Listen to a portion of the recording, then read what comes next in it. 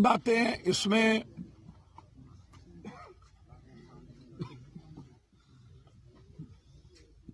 इतनी बड़ी घटना घटित हुई। पुलिस वैसे हमेशा लापरवाह रहती है और मुझे लगता है कि पुलिस पदाधिकारी और नेता, तीन आदमी का नेक्सस है इस बिहार में, जिसके चलते हालात दिनों दिन बहुत खराब स्थिति की ओर जा रही है। बालू माफिया, उसमें भी पदाधिकारी नेता का पैसा। जमीन की दलाली, उसमें भी पदाधिकारी नेता और माफिया का पैसा। फोकलैंड, पदाधिकारी नेता का पैसा। हैबा, पदाधिकारी नेता का पैसा। पुलिस मेंस एसोसिएशन के अध्यक्ष जमीन की दलाली करेंगे। दरोगा मेंस एसोसिएशन के अध्यक्ष जमीन की दलाली करेंगे। सुशासन बाबू या विपक्ष, 1.5 किलोमीटर पर राजेश गुप्ता और अमित गुप्ता का किडनैपिंग हो गया। 1.5 किलोमीटर पर विपक्ष भी है, सत्ता पक्ष भी है। दोनों आदमी को फुर्सत नहीं मिली उस 3 मासूम बेटियों के पिता के बारे में। दुनिया को पता है कि एक दबंग मुखिया के भाई ने किडनैप करवाया, लेकिन उसको टॉर्चर नहीं किया गया। आज सुबह सिटी में एक मर्डर हो गया।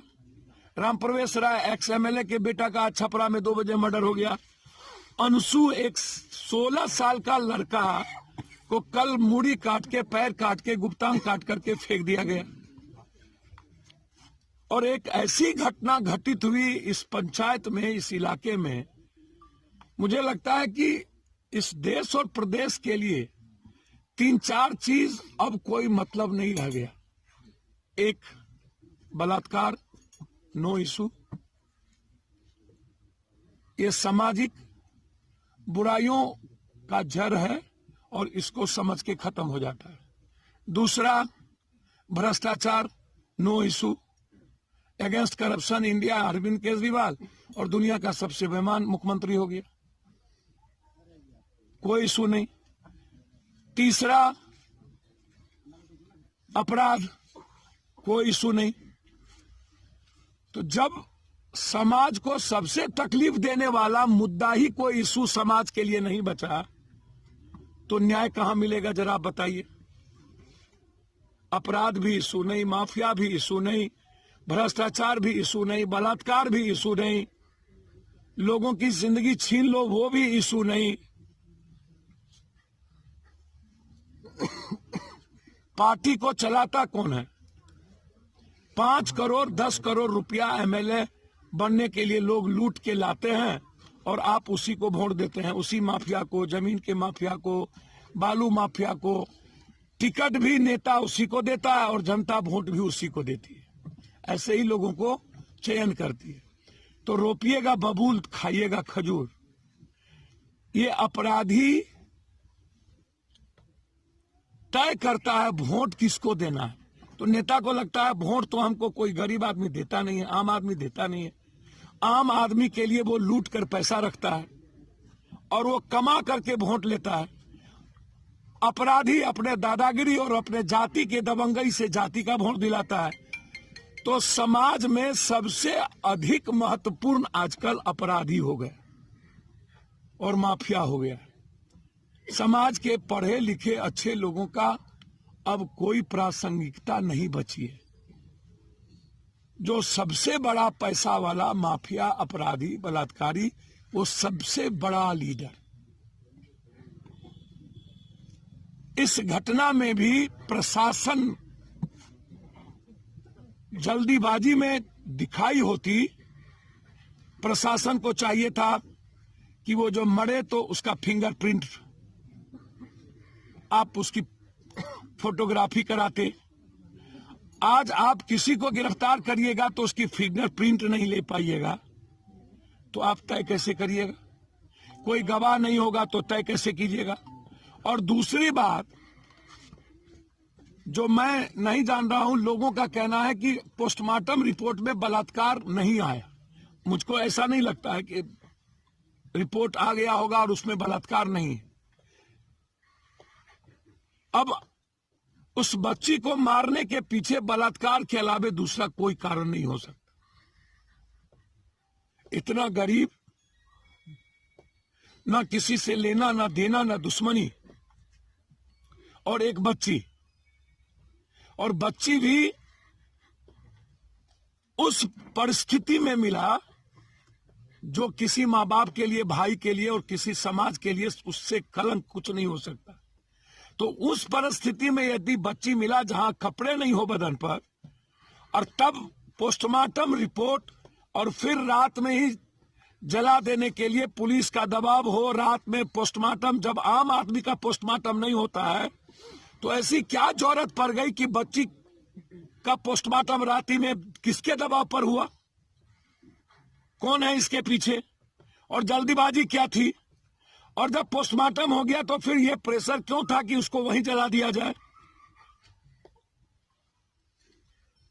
तो प्रशासन ने पूरे तरीके से इस केस को रफा दफा करने में या अपने गलती को छिपाने में कोई भी कसर बाकी नहीं रखा।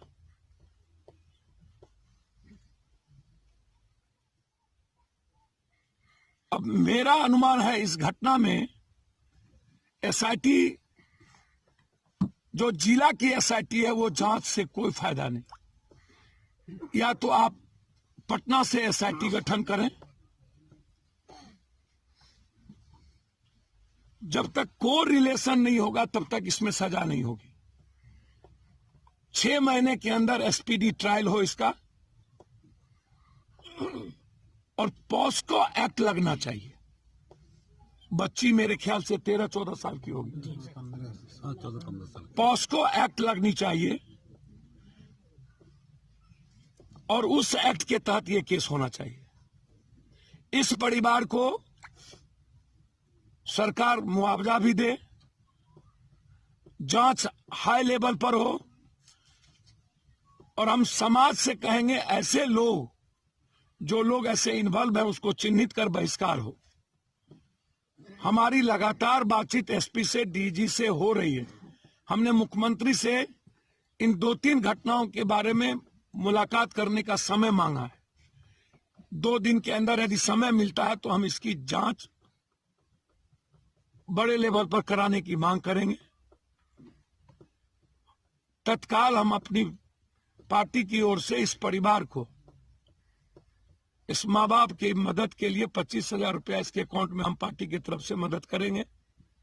लेकिन इस लड़ाई को हमारी पार्टी, हमारे नेता, यहाँ सभी लोग आए हुए हैं, सारे लीडर, और गहरी चिंता है।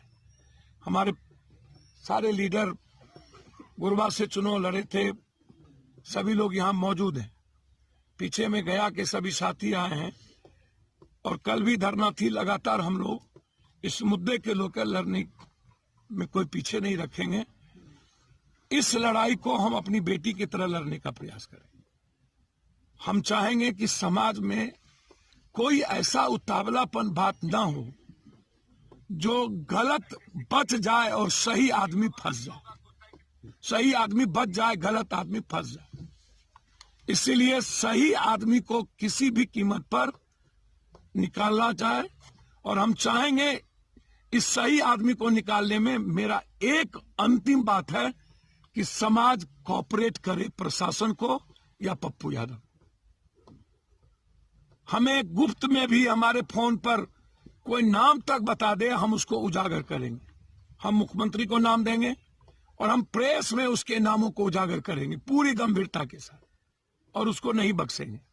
लेकिन मुझे नॉलेज में मिलना चाहिए कि ये इन्वॉल्व है, और ये नॉलेज में यदि पप्पू यादव को मिल गया ये इन्वॉल्व है, तो उसको भगवान भी नहीं बचा पाएगा। ये मैं आपको बहुत क्लियर कहता हूं। इसीलिए ये लड़ाई हमारी है। हमारे नेता आएंगे और इन परिवार को 25,000 रुपया मदद करके इनके अकाउंट में डालें। ठीक है, धन्यवाद। क्या